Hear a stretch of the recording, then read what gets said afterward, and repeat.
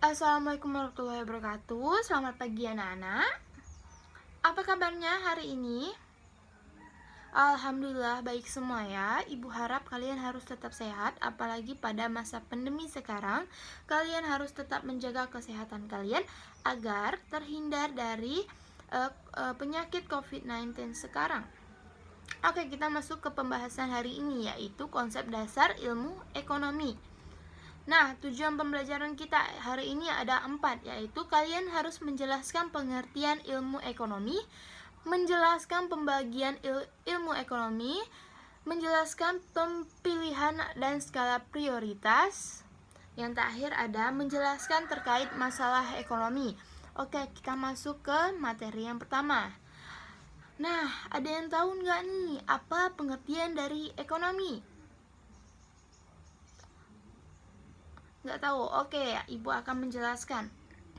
Ekonomi dalam bahasa Yunani terbagi menjadi oikonomia, yaitu ada oikos dan nomos.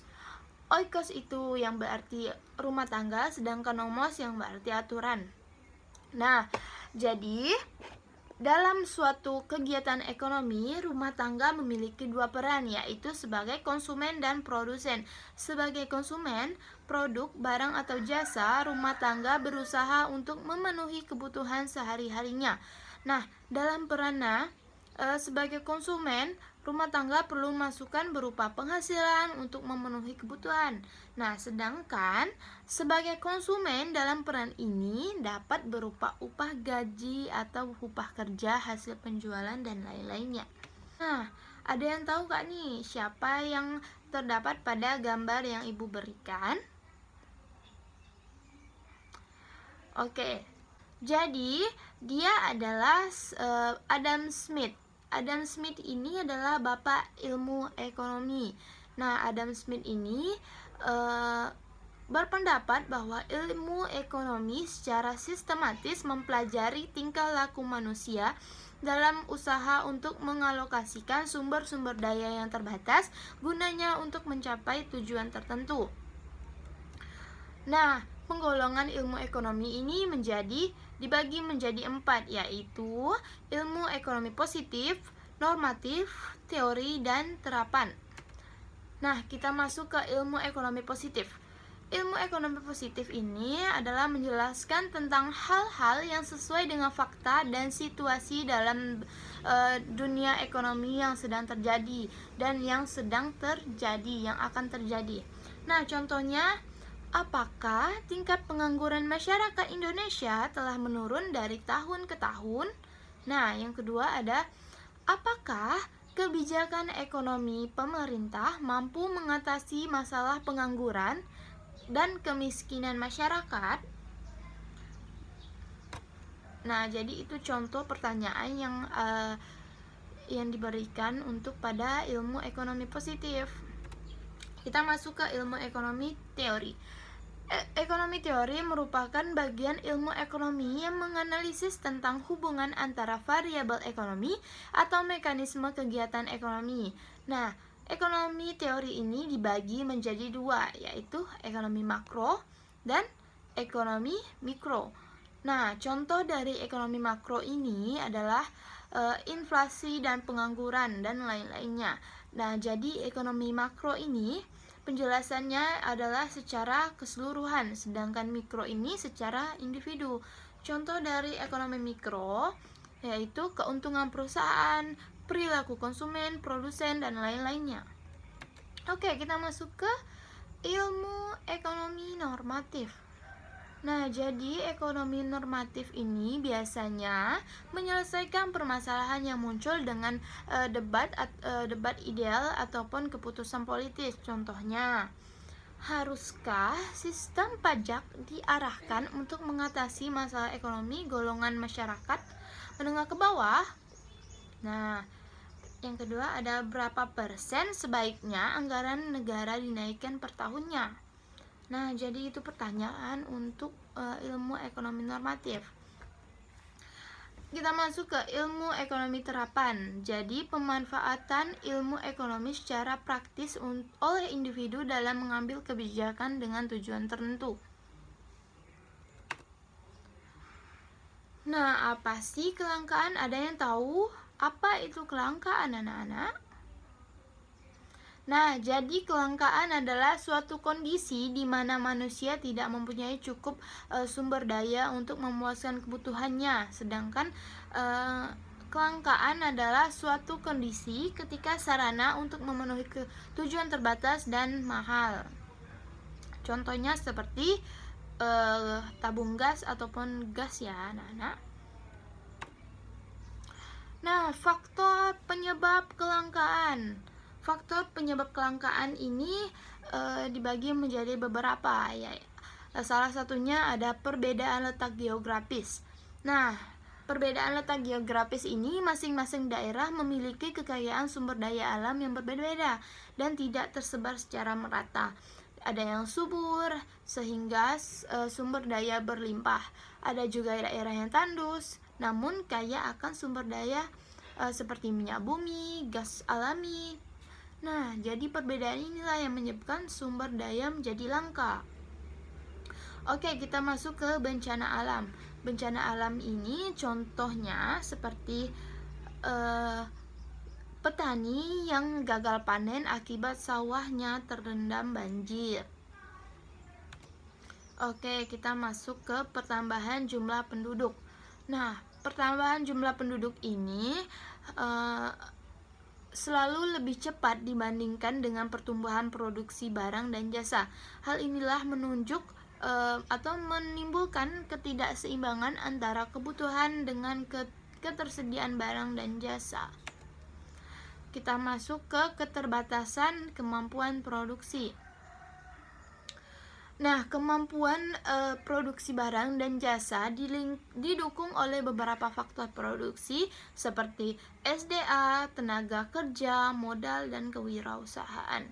Nah, keempat faktor produksi ini terbatas jumlahnya sehingga akan mempengaruhi produksi barang dan jasa itu sendiri. Nah, bagaimana sih upaya kita mengatasi kelangkaan yang tadi Ibu sebutkan? Ada yang tahu nggak nih di sini? Oke, jadi upaya mengatasi kelangkaan tersebut yaitu dibagi menjadi 4. Ada mengefisienkan penggunaan SDA atau sumber daya alam. Yang kedua ada mencari alternatif lain untuk mengatasi kelangkaan dengan menciptakan barang pengganti. Yang ketiga ada lama produksi sumber daya disingkat dengan IPTEK dan pengembangan kemampuan SDA. Yang terakhir ada menjaga sirkulasi sumber daya. Oke, jadi itulah upaya cara mengatasi kelangkaan tersebut ya anak-anak. Kita masuk ke skala prioritas. Skala prioritas ini adalah suatu daftar bermacam-macam kebutuhan yang disusun berdasarkan tingkat kepentingan, yaitu yang paling penting sampai dengan kebutuhan yang dapat ditunda pemenuhannya. Nah, jadi pertimbangan dalam menyusun skala prioritas dibagi menjadi 4, yaitu ada tingkat urgensi, yang kedua ada kesempatan yang dimiliki, yang ketiga ada pertimbangan masa depan, dan yang terakhir adalah kemampuan diri. Nah, selanjutnya kita masuk ke kebutuhan. Apa sih perbedaan antara kebutuhan dan keinginan? Ada yang tahu nggak nih? Nah, jadi kebutuhan adalah suatu yang dibutuhkan oleh seseorang dan harus dipenuhi, maka akan mengganggu kelangsungan hidupnya. Sedangkan keinginan ini adalah segala sesuatu yang ingin dimiliki namun harus dipenuhi. Nah, kita masuk ke faktor-faktor yang mempengaruhi kebutuhan manusia dibagi menjadi 5. Ada kondisi alam, penghasilan, agama dan kepercayaan, adat istiadat, dan pendidikan.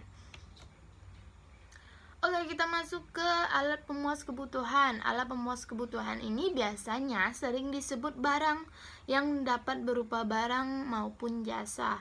Nah, jadi ada macam-macam alat pemuas kebutuhan dibagi menjadi 4 bagian, yaitu ada menurut kegunaan, menurut proses pembuatan, ada menurut hubungan dengan barang lain, dan yang terakhir ada cara memperolehnya. Nah, kita masuk yang pertama dulu. Menurut kegunaan dibagi menjadi dua. Ada barang konsumsi dan produksi. Sedangkan proses pembuatan bagi menjadi tiga. Ada barang mentah menjadi barang menjadi setengah jadi, kemudian menjadi barang jadi. Selanjutnya menurut hubungan dengan barang lain dibagi menjadi dua, ada barang komplementer dan barang subsidi. Yang terakhir ada cara memperolehnya, yaitu dibagi menjadi dua, ada barang bebas dan barang ekonomi. Oke, kita masuk ke biaya peluang. Nah, biaya peluang ini merupakan biaya yang timbul karena seorang memilih sebuah peluang atau kesempatan yang dianggap terbaik dari beberapa pilihan yang ada.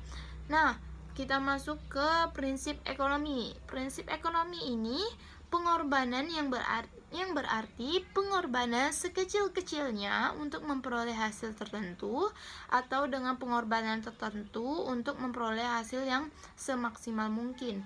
Nah, prinsip ekonomi ini terbagi menjadi tiga bagian. Ada prinsip ekonomi konsumen, ada prinsip ekonomi produsen, dan yang terakhir ada prinsip ekonomi distributor atau pedagang. Nah, kita masuk ke motif ekonomi. Nah, motif ekonomi ini bagi menjadi dua. Ada motif ekonomi dan motif non-ekonomi. Nah, motif ekonomi ini adalah dorongan melakukan kegiatan ekonomi untuk memenuhi kebutuhan, sedangkan motif non-ekonomi adalah keinginan yang mendorong manusia untuk melakukan tindakan tanpa mempertimbangkan secara ekonomi. Nah, ada macam-macam motif ekonomi. Ada motif memenuhi kebutuhan hidup, ada motif mencari keuntungan, ada motif mendapatkan kekuasaan ekonomi, dan motif untuk memperoleh penghargaan. Sedangkan macam-macam motif non-ekonomi adalah motif ingin berbuat sosial, motif kebutuhan estetika, motif kebutuhan pengetahuan, dan motif kebutuhan keamanan. Nah, kita masuk ke masalah konsumsi.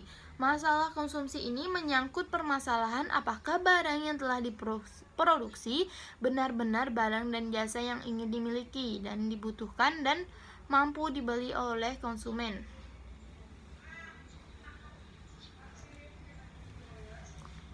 Oke, kita masuk ke sistem ekonomi tradisional. Sistem ekonomi tradisional merupakan sistem ekonomi yang diterapkan oleh masyarakat tradisional secara turun-menurun dengan hanya mengandalkan alat dan tenaga kerja. Dalam sistem ekonomi ini, pengaturan ekonomi dimapankan menurut pola tradisi, yang biasanya sebagian besar menyangkut kontrol atas tanah sebagai sumber terpenting atau satu-satunya sumber ekonomi.